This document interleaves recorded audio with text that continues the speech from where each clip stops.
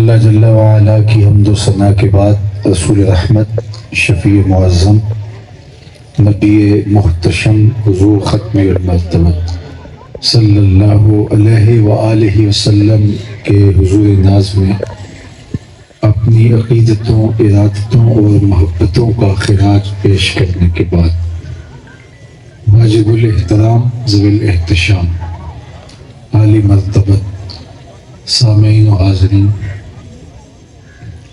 انجمن تکریم قرآن کے زیر اہتمام آج کی یہ منعقدہ تقریب جس میں مجھے اور آپ کو حاضر ہونے کا شرف اور موقع نصیب ہوا، اسوہ رسول صلی اللہ علیہ وآلہ وسلم کے پاکیزہ عنوان کے ساتھ انعقاد پذیر ہے۔ بارگاہ عزدی میں دعا ہے کہ ہماری حاضری کا ایک ایک لمحہ اپنی بارگاہ میں قبول فرمائے۔ حضور صلی اللہ علیہ وآلہ وسلم کا اسوہ حسنہ ہمارے لیے کامل، اکمل اور مکمل نمونہ ہے۔ اپنی زندگیوں کو آقا کریم کی محبت کے سانچے میں ڈھال کر کے ہم آپ کی خوشنودی حاصل کر سکتے ہیں، اور یہ زندگی جو ہم جی رہے ہیں اور وہ زندگی جو ہمیں نصیب ہونے والی ہے، دونوں زندگیوں کی بہتری کی ضمانت حاصل کر سکتے ہیں۔ ام المومنین سیدہ عائشہ رضی اللہ تعالی عنہ سے کسی نے پوچھا حضور کی سیرت کے حوالے سے، حضور کے اسوہ نور کے حوالے سے، تو انہوں نے برجستہ کہا کان خلقہ القرآن۔ اے پوچھنے والے، ان کی سیرت اگر پوچھتا ہے تو قرآن کھول کے بیٹھ جا۔ جہاں قرآن نے روکا ہے وہاں اللہ کے محبوب علیہ السلام کو آپ نہیں دیکھیں گے۔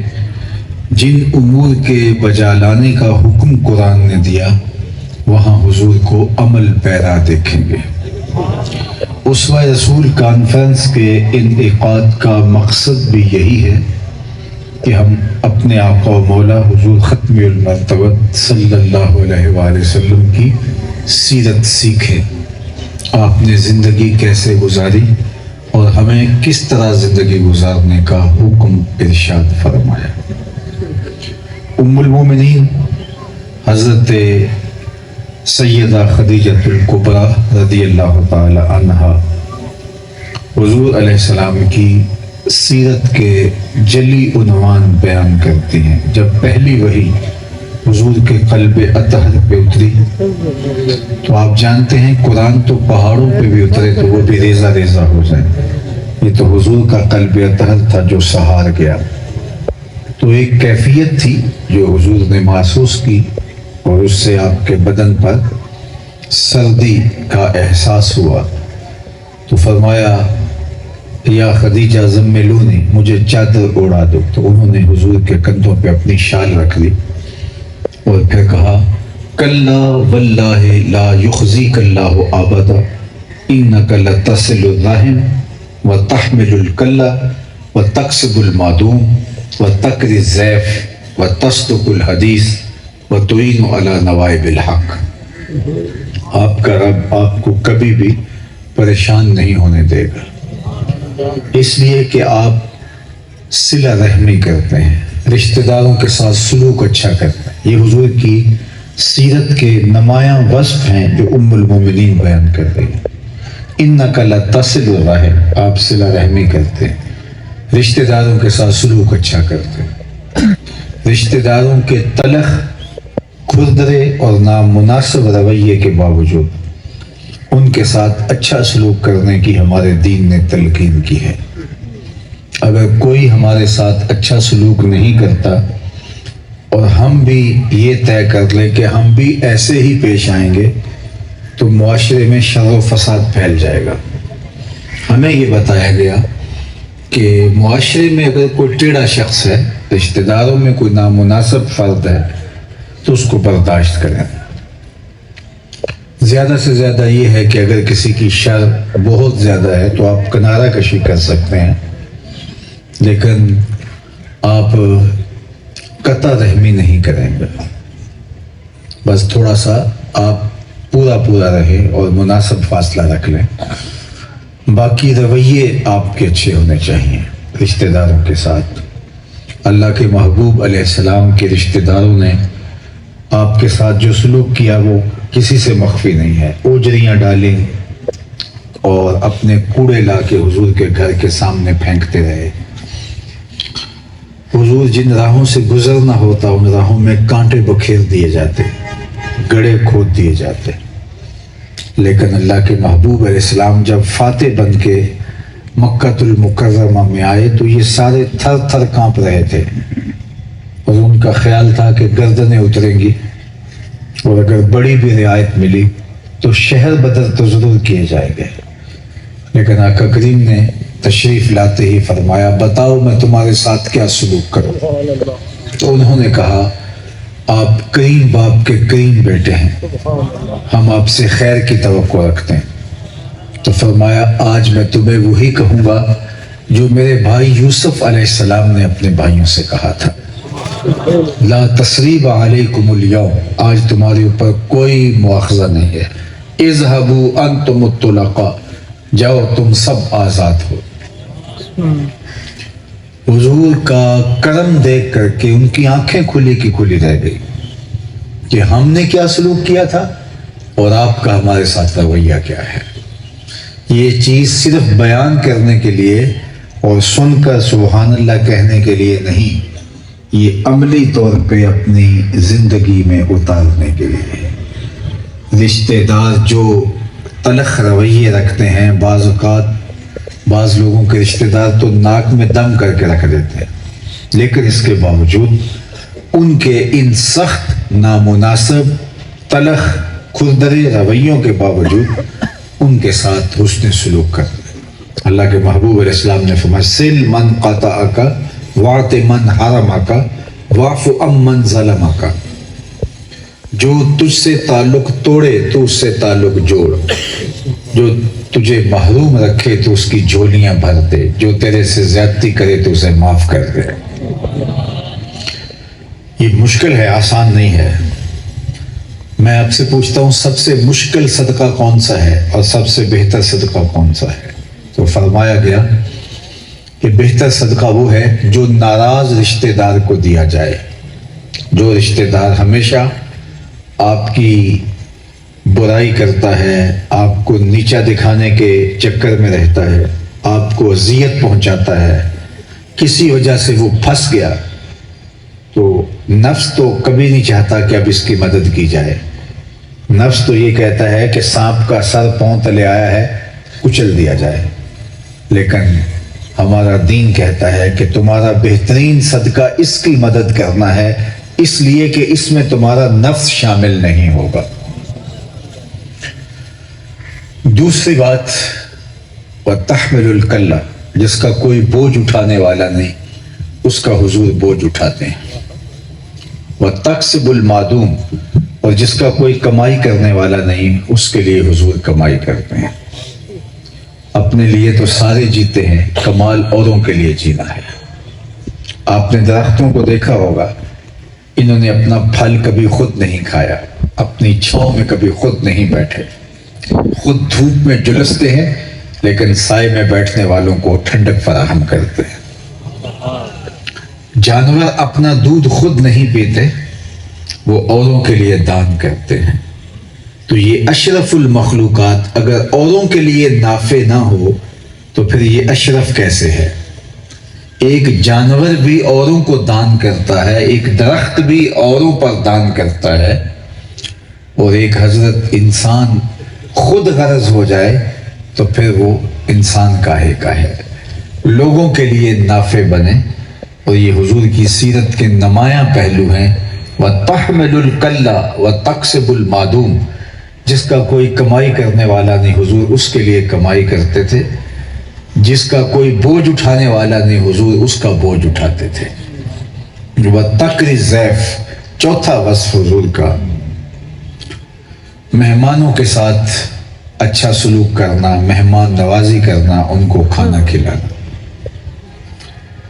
مہمان اپنی قسمت آپ کے دسترخوان پہ آ کے اٹھاتا ہے، اپنے مقدر کا کھانا لے کے آتا ہے، برکت چھوڑ کے جاتا ہے، اور مہمان کو خندہ پیشانی کے ساتھ کھانا کھلانا، اس کی خدمت کرنا ہمارے دین نے ہمیں ترغیب دی۔ حضرت سیدنا الشیخ عبد القادر الجیلانی علیہ رحمہ و رضوان فرماتے ہیں آدھا فقر غریبوں کو کھانا کھلانا اور بھوکوں کو کھانا کھلانا اور برہنہ بدن لوگوں کو لباس پہنانا ہے۔ باقی جتنا بھی ہے، ریاستیں ہیں، عبادتیں ہیں، چلے ہیں، یہ آدھا فقر ہے۔ آدھا فقر لوگوں کی ضرورتوں کو پورا کرنا۔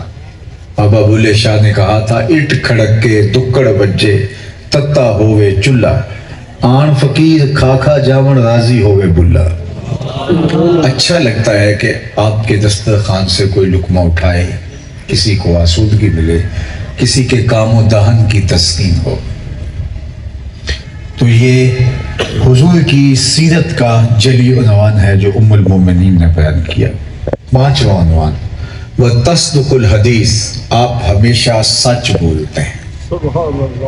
حضور کی سیرت کا نمایاں پہلو سچ ہے، اور آپ جانتے ہیں اعلان نبوت سے قبل بھی لوگ میرے اور آپ کے آقا و مولا کو صادق اور امین کہتے تھے، اور ہم اس نبی کے ماننے والے ہیں جو صادق اور امین نبی ہے۔ تو پھر ہماری زندگیوں میں جھوٹ کہاں سے آ گیا؟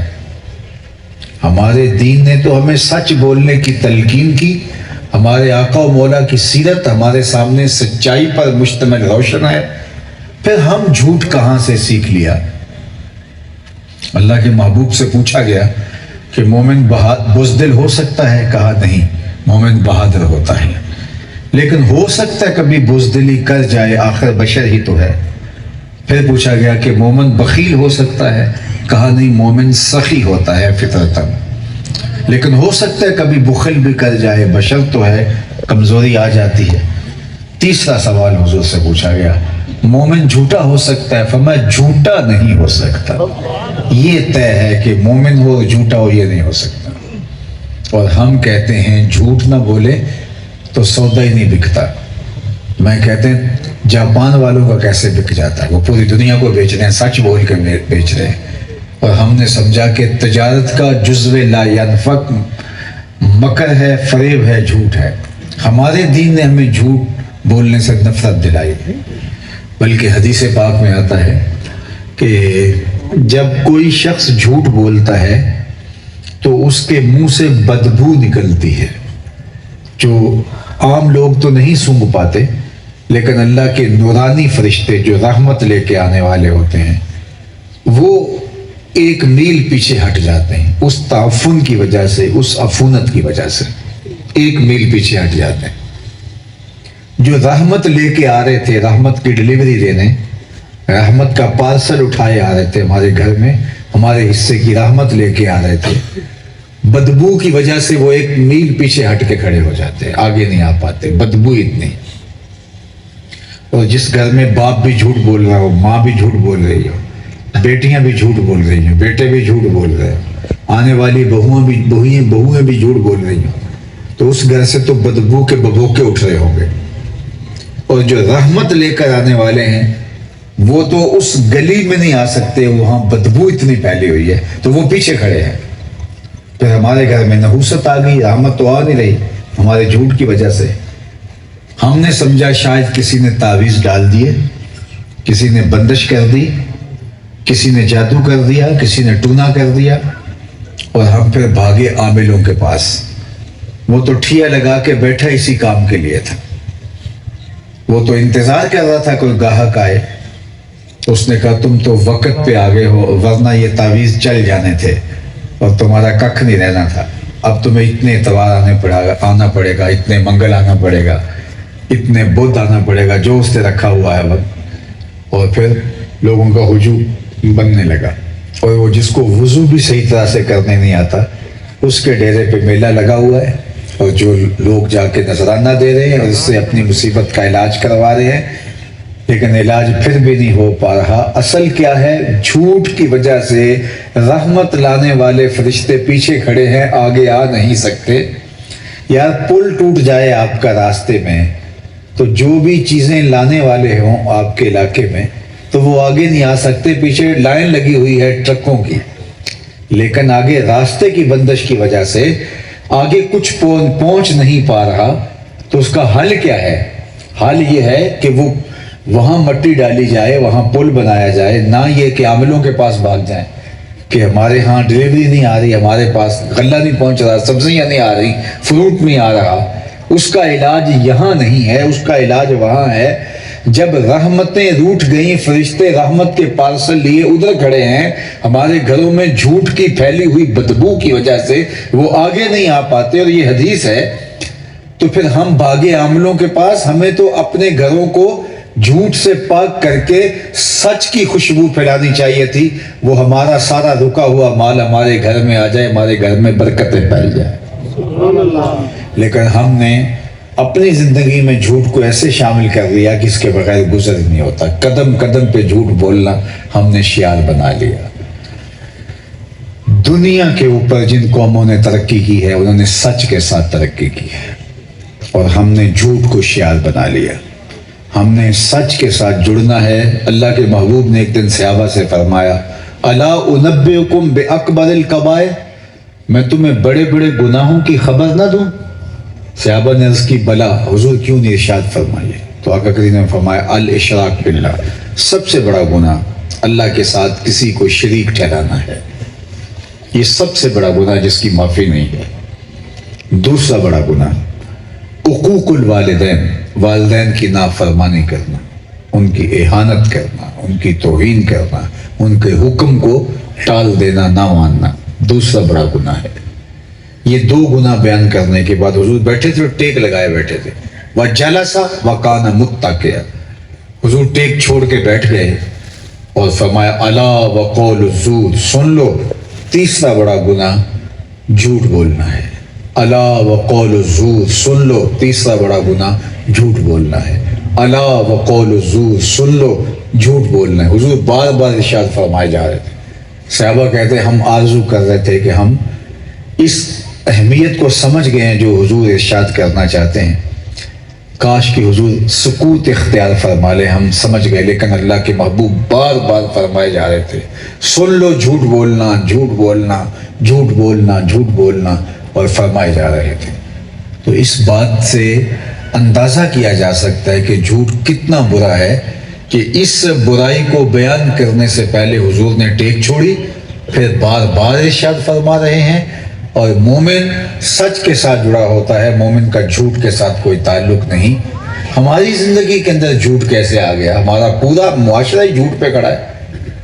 باپ بیٹے سے جھوٹ بول رہا ہے، بیٹا ماں سے جھوٹ بول رہا ہے، ماں بہو سے جھوٹ بول رہی ہے، بہو شوہر سے جھوٹ بول رہی ہے، سب ایک دوسرے کے ساتھ جھوٹ بول رہے ہیں، اور جھوٹ جھوٹ جھوٹ، اور اس کی بدبو پھیلی ہے اور معاشرے میں بے برکتی ہے۔ اور ہم کہتے ہیں کہ ہوا کیا ہے؟ ہماری زمینیں سونا اگلتی ہیں، اللہ آسمان پہ بارش کی سوغات بر وقت دیتا ہے، ہماری ندیاں پانی سے بھری ہوئی ہیں، لیکن کیا ہوا کہ اس کے باوجود بے برکتی کہاں سے آئی؟ بے برکتی جھوٹ سے آئی۔ ہمارے اداروں میں جھوٹ، ہماری اسمبلیوں میں جھوٹ، ہماری خانقاہوں میں جھوٹ، ہماری مسجدوں میں لوگ جھوٹ بیٹھ کے بولتے ہیں، حتیٰ کہ ممبر و محراب سے جھوٹ بولا جانے لگا۔ تو نتیجہ کیا کہ معاشرہ جھوٹ پہ کھڑا، منڈیوں میں جھوٹ، دفتروں میں جھوٹ، جھوٹ ہی جھوٹ ہو گیا۔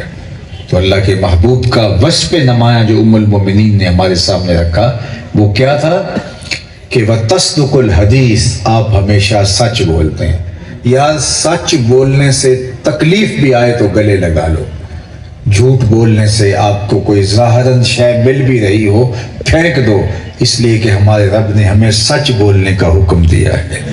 اس کے رسول صادق اور امین ہیں، تو ہم صادق اور امین کے نبی کے ماننے والے جھوٹے کیسے ہو سکتے ہیں؟ جھوٹے کو کذاب کہتے ہیں، تو ہم کذاب اور کاذب کیسے ہو سکتے ہیں؟ ہماری زندگی سچائی کے ساتھ جڑی ہونی چاہیے، صادق اور امین نبی کے ہم ماننے والے ہیں۔ اور چھٹا وصف حضور کا بیان فرمایا کہ وَتُعِينُ عَلَى نَوَائِبِ الْحَقِّ. آج ہمارے ہاں یہ بھی مسئلہ ہے، سچائی پر کوئی شخص کھڑا ہو تو ہم اس کا ساتھ نہیں دیتے، اگر وہ غریب ہے لیکن ہے وہ سچائی پہ، دوسری جانب تگڑا آدمی ہے وہ جھوٹا ہے، انکواری پہ بھی ہم اس کے ساتھ جائیں گے. حضور کا وصف نمایاں کیا ہے کہ حق کے راستے میں اگر کوئی شخص موجود ہے، اس کے ساتھ کوئی کھڑا ہو نہ ہو، اللہ کے محبوب اس کے ساتھ کھڑے نظر آتے ہیں. وَتُعِينُ عَلَى نَوَائِبِ الْحَقِّ، یہ ہے اللہ کے محبوب کا طریقہ، اللہ کے محبوب کی زندگی. اللہ اکبر. حضور کی سیرت کے عنوان سے منعقدہ اس مجلس میں آنے والوں، میں آپ سے عرض کروں گا کہ ہمیں حضور کے ساتھ جو محبت کا ربط و رشتہ ہے، اس کی گواہی ہم نے اپنے عمل سے دینی ہے. میں اگر یہ دعویٰ رکھتا ہوں کہ میں عاشق رسول ہوں تو میری زبان کی نوک سے پھوٹتے ہوئے لفظ اس کی دلیل نہیں ہے، میرے کڑکتے گرجتے نعرے اس کی دلیل نہیں ہے، میرے سینے کے اوپر لگا ہوا بیج اس کی دلیل نہیں بن سکتا. میرا عمل کیا ہے، میرا رویہ کیا ہے، اس سے مجھے فراہم دلیل کرنا ہوگی کہ کیا میں اپنے دعوے میں سچا ہوں. دعویٰ تو کوئی بھی کر سکتا ہے اور کسی قسم کا بھی دعویٰ ہو سکتا ہے، دعویٰ دلیل مانگتا ہے. میرے استاد فرمایا کرتے تھے یہ نہ ہو کہ لوگ تمہیں پوچھے تم کون ہوتے ہو، تمہیں بتانا پڑے ہم مسلمان ہوتے ہیں، یہ دیکھو مذہب کے خانے میں اسلام لکھا ہے. آپ فرمایا کرتے تھے صاحب نہ کسی کو پوچھنے کی نوبت آئے نہ تمہیں بتانے کی ضرورت، تمہاری وضاقتہ طرز زندگی انداز معاشرت ایسا ہونا چاہیے تم دور سے چلے آ رہے ہو، لوگ کہے وہ دیکھو حضور کا غلام آ رہا ہے.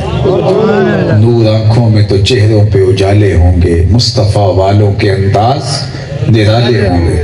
دنیا میں بھی ان کے دم سے مقدر چمکا، محشر میں بھی ان کی رحمت کے حوالے ہوں گے.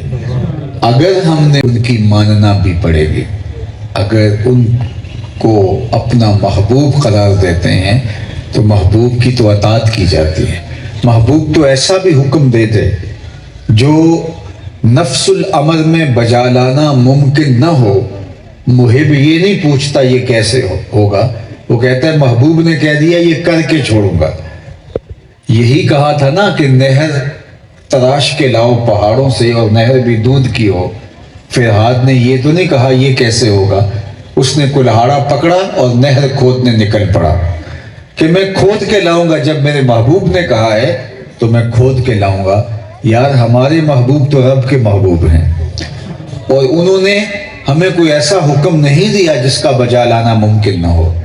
5 وقت نماز پڑھنا اس کا حکم ایک بار نہیں دیا، ترغیباً انشاءً حکایتاً تقریباً قرآن و حدیث میں 750 مرتبہ نماز کا حکم آیا ہے. 750 مرتبہ. محبوب تو کہتے ہیں آدھی زبان سے بھی کوئی کہہ دے، عاشق پھر اس کی لاج نبھاتا ہے. ہم کیسے عاشق ہیں کہ 750 مرتبہ ہمیں کہا گیا 5 گانا نماز پڑھنے کا، اور حضور فرمایا وَجُعِلَتْ قُرَّةُ عَيْنِي فِي الصَّلَاةِ، نماز میری آنکھوں کی ٹھنڈک ہے. یا بلال ارہنا، بلال اٹھو اذان دو اور ہمارے دل کو راحت پہنچا دو. یہ تو حضور کے قلب کا قرار ہوا اور بار بار اس کا حکم ہوا، اور مسجدوں سے آواز آتی حی علی الصلاۃ حی علی الفلاح، اور آدھی سب بھی نمازیوں کی نہیں ہوتی، اور ہیں ہم سب عاشق رسول. عاشق ہر کوئی آکھے پر عاشق بندا مر کے، زہر پیالہ کوئی نہیں پیندا پر عاشق پیندا پر کے. اچھے مسلمان ہو جانا بھی کتنی بڑی بات تھی، اب وہ بھی نہ ہو سکے، اور دعویٰ ہمارا سب سے اونچے والے مقام کا ہے جہاں اپنا آپ بھی نہیں رہتا. جب کسی سے عشق ہو جائے، العشق نار یحرق ما سوى الحبیب، عشق ایسی آگ ہے جو محبوب کے علاوہ ہر شے کو جلا دیتی ہے. تیرے ہندیاں سندیاں محبوبہ میں کافر ہوا جے میں ہوا، وہاں تو اپنی ذات کی اپنی وجود کی بھی نفی ہوتی ہے، اور ہم تو 5 گانا نماز کی بھی توفیق نہیں پاتے. تو ہمیں سوچنا ہوگا کہ ہم کہاں کھڑے ہیں. محبوب تو حکم دے دے وہ بجا لانا ضروری ہوتا ہے، لیکن عشق کی حساسیت یہ ہے کہ وہ محبوب کی منشا کو بھی سمجھتا ہے. محبوب چاہتا کیا ہے؟ مدینہ المنورہ کی گلی سے میرے اور آپ کے آقا و مولا گزر رہے تھے تو ایک ایسا گھر بن رہا تھا جو طرز تعمیر حضور کو پسند نہیں تھی. تو آقا کریم علیہ السلام نے گزرتے ہوئے دکھ کے پوچھا یہ کس کا مکان ہے؟ بتایا گیا فلاں انصاری کا. حضور گزر گئے، کچھ کہا نہیں. کسی نے جا کے اس انصاری صحابی کو بتایا حضور گزرے تھے، تیرا مکان دیکھا تھا، شاید پسند نہیں آیا، چہرے پر کوئی پسندیدگی کے آثار ہم نے نہیں دیکھے. اس نے کدال پکڑا اور اس مکان کو زمین بوس کر دیا. 2-4 دن کے بعد حضور دوبارہ گزرے، ملبے کا ڈھیر پڑا ہوا تھا. اس صحابی کو بلایا، کہا میں تیرا مکان دیکھا تھا، آج ملبے کا ڈھیر دیکھ رہا ہوں، کیا ہوا؟ عرض کی حضور میں نے گرا دیا. فرمایا کیوں؟ عرض کی سنا تھا آپ کو پسند نہیں، سنا تھا آپ کو پسند نہیں. میں اور آپ دیکھیں سر سے لے کر پاؤں تک ہمارا کیا کیا حضور کو پسند نہیں. عقیقے سے لے کر ولیمے تک ہمارا کیا کیا حضور کو پسند نہیں. نجی زندگی سے سیاسی طرز معاشرت تک ہمارا کیا کیا حضور کو پسند نہیں. ایک صاحب آئے، انہوں نے حضور کو سلام عرض کیا. آقا نے رخ پھیر لیا، سمجھے شاید یہ اتفاقاً ہوا ہے. تو جدھر رخ پھیر کے حضور نے چہرہ انور کیا تو وہ ادھر سے آئے اور پھر سلام عرض کیا. آقا کریم نے پھر رخ پھیر لیا. سمجھ گئے کہ حضور علیہ السلام ناراض ہیں، لیکن ان کو یہ سمجھ نہیں آ رہی تھی کہ ناراضگی کا سبب کیا ہے. ناراض تو ہیں، رخ پھیر لیا ہے، لیکن کیوں ناراض ہیں یہ نہیں سمجھ آ رہی تھی. تو وہ صحابہ سے پوچھتے پھر رہے ہیں کہ حضور مجھ سے ناراض لگ رہے ہیں، تم بتا سکتے ہو کہ ناراضگی کا سبب کیا ہے؟ میں تو ایک لمبے سفر سے ایک مدت کے بعد آیا ہوں، تم بتا سکو گے کہ ناراض کیوں ہیں؟ تو انہوں نے غور کیا، کہا ہاں یہ تو جو سونے کی انگوٹھی پہن رکھی ہے، ناراضگی کا سبب یہ ہو سکتا ہے، اس لیے کہ اللہ کے محبوب اس سے منع فرما چکے ہیں. ریشم سے، چاندی سے، سونے سے مرد کو منع کیا کہ یہ عورتوں کا گہنا ہے، مرد کا اس سے کوئی سروکار نہیں، بلکہ اس کو آتش دوزخ کا انگارہ قرار دیا. تو شاید حضور کی ناراضگی کا یہ سبب ہو. آگے بڑھا، انگوٹھی اتار کے حضور علیہ السلام کو پیش کرتے ہوئے کہا حضور اس وجہ سے ناراض ہیں، یہ رہی. آقا کریم نے انگوٹھی پکڑی، اس کے ہاتھ سے یوں پھینک دی. ناراضگی کا سبب یہی تھا، دور ہو گیا. بیٹھ گیا، مجلس چلتی رہی.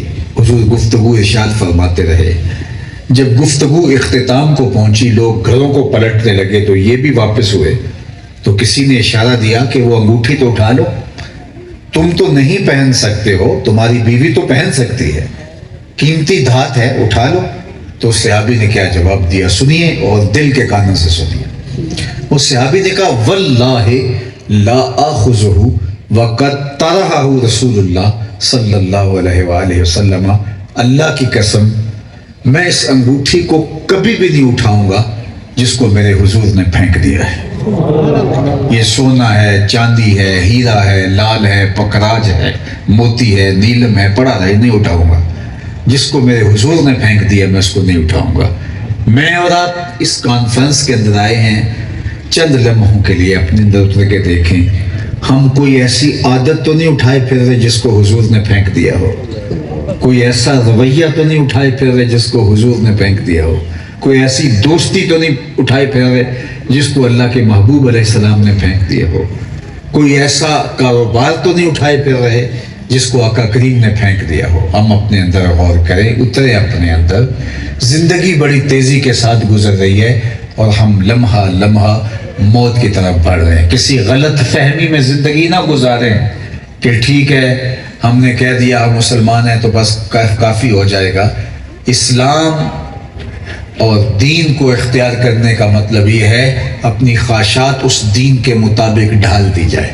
اللہ کے محبوب نے فرمایا اتنی دیر تک کوئی شخص مومن نہیں ہو سکتا جب تک اپنی خواہشات کو اس کے تابع نہ کر دے جو میں لے کے آیا ہوں.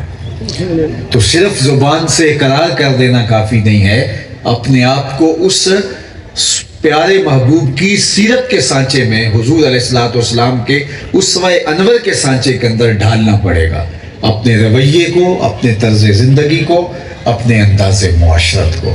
تو میں اور آپ تیزی کے ساتھ موت کی طرف بڑھ رہے ہیں، اٹھنے والا ہر قدم ہمارا موت سے ہمیں قریب کر رہا ہے۔ تو قبل اس سے کہ وہ وقت آئے، کوئی حجت باقی نہ رہے، ہمیں اپنے آپ کو بدلنا ہوگا۔ ہماری زندگی ہماری اپنی خواہشات کے مطابق گزر رہی ہے، دین بھی اتنا مانتے ہیں جتنا ہمیں پسند آتا ہے اور جس وقت ہمیں پسند آ جاتا ہے۔ دین کا کچھ حصہ ہمیں جوانی میں اچھا لگتا ہے، وہاں اپنا لیتے ہیں، کچھ حصہ دین کا جا کے ہمیں بڑھاپے میں اچھا لگتا ہے تو ہم بڑھاپے کے اندر کچھ دین اختیار کر لیتے ہیں۔ ہماری مرضی کا ہے، مسجد میں ہم اور طرح کے مسلمان ہوتے ہیں، دکان پہ بیٹھے اور طرح کے مسلمان ہوتے ہیں، محفل میں اور طرح کے مسلمان ہوتے ہیں، شادی کی تقریب میں اور طرح کے مسلمان ہوتے ہیں۔ ہماری خواہشات اپنی ہیں، ہماری آرزویں اپنی ہیں، ہم نے اپنی مرضی کا جو ہے وہ چنیدہ دین اختیار کیا، کچھ چیز وہاں سے اٹھا لی، کچھ وہاں سے اٹھا لی، وہاں سے اٹھا لی۔ میرے رب نے تو کہا یا ایھا الذین آمنوا ادخلوا فی السلم کافہ، آئے ہو تو پھر پورے آؤ۔ اس چمن میں پیروے بلبل ہو یا تلویز گل، یا سراپا نالا بن جا یا نوا پیدا نہ کر۔ ایک زمانے میں وہ میلے ٹھیلے کے اوپر لوگ مختلف تصویریں اپنے بازوؤں پہ بنواتے تھے، آج بھی مغرب میں یہ رواج ہے۔ تو ایک آدمی میلے پہ گیا اور اس نے کسی وہ تصویر بنانے والے کو کہا کہ میرے بازو پہ شیر کی تصویر چھاپ لو۔ تو اس نے روشنائی ڈال کر کے اس مشین میں جب اس کے اندر اس کی سوئی کو داخل کیا تو درد تو ہوا۔ تو اس نے کہا کیا کرنے لگے ہو؟ کہا میں شیر کا منہ بنانے لگا ہوں۔ اس نے کہا اس نے کون سا کھانا ہے؟ تو اس نے سوئی نکال لی، پھر دوسری جانب ڈالی تو کہا کیا بنانے لگا ہو؟ کہا میں اس کی ٹانگیں بنانے لگا ہوں۔ کہا اس نے کون سا چلنا ہے؟ پھر وہاں سے سوئی کھینچی، پھر تیسری جگہ لگائی تو پھر درد ہوا۔ کہا کیا بنانے لگے ہو؟ کہا میں شیر کے کان بنانے لگا ہوں۔ کہا اس نے کون سا سننا ہے؟ پھر وہاں سے نکالی، پھر درد تو ہر بار ہو۔ کہا اب کیا کرنے لگے ہو؟ کہا میں اس کی آنکھیں بنانے لگا۔ کہا اس نے کون سا دیکھنا ہے؟ تو اس نے کہا پھر میں کیا بناؤں؟ کہا سمپل شیر بنا دو۔ اس نے کہا وہ کیسا شیر بناؤں جس کی آنکھیں بھی نہ ہوں، جس کے کان بھی نہ ہوں، جس کا منہ بھی نہ ہو، جس کا پیٹ بھی نہ ہو، جس کی ٹانگیں بھی نہ ہو۔ کہا بس تم سادہ سا شیر بنا دو۔ کہا وہ شیر کیسا ہوگا جس کے یہ اعضاء نہیں ہوں گے؟ نماز ہم نہ پڑھیں، سچ ہم نہ بولیں، اچھائی کی راہوں کو ہم اختیار نہ کریں، سود ہم نہ چھوڑیں، بغض، حسد، کینے، نفرتیں سینے میں ہم پالیں، اور ہم کہیں بس ہم سادہ سا مسلمان ہیں۔ یہ کون سا اسلام ہے؟ اسلام انہی چیزوں کا تو نام ہے، اور یہ چیزیں ہم اختیار نہ کریں اور ہم کہیں کہ ہم مسلمان ہیں۔ چوبی گوئے مسلمانم بلرزم کہ دانم مشکلات لا الہ۔ اقبال کہتا ہے کہ جب میں کہتا ہوں میں مسلمان ہوں تو میں کانپ جاتا ہوں، اس لیے کہ لا الہ الا اللہ کے تقاضوں کو جانتا ہوں۔ آج ہم نے ایک اور لفظ پکڑا ہوا ہے، جی آج کل دین پہ چلنا بڑا مشکل ہے۔ یہ لفظ آپ نے بھی سنا ہوگا، ہمارے یہاں بولا جاتا ہے آج کل دین پہ چلنا بڑا اوکھا ہو گیا۔ یہ کون بول رہا ہے؟ جو مسجد میں آتا ہے تو قالین بچھے ہوئے ہیں، مخملی قالینوں پہ سجدہ کرتا ہے۔ جو وضو کرنا چاہے تو سردیوں میں گرم پانی اور گرمیوں میں ٹھنڈا پانی دستیاب ہے۔ تھوڑے سے حالات میں جو ہے وہ عدم استحکام آیا تو باہر گن مین کھڑا ہے اس کی حفاظت کے لیے۔ یہ کہہ رہا ہے دین پہ چلنا بڑا مشکل ہے۔ میں کہتا ہوں صاحب تیرے لیے مشکل ہے یا تپتے ہوئے پتھروں پر سجدہ کرنے والے بلال حبشی کے لیے مشکل تھا؟ تیرے لیے مشکل ہے یا کربلا والے حسین کے لیے مشکل تھا؟ جن کے لیے مشکل تھا انہوں نے تو کہا نہیں ہمارے لیے مشکل، اور جن کے لیے مشکل ہے انہوں نے کہا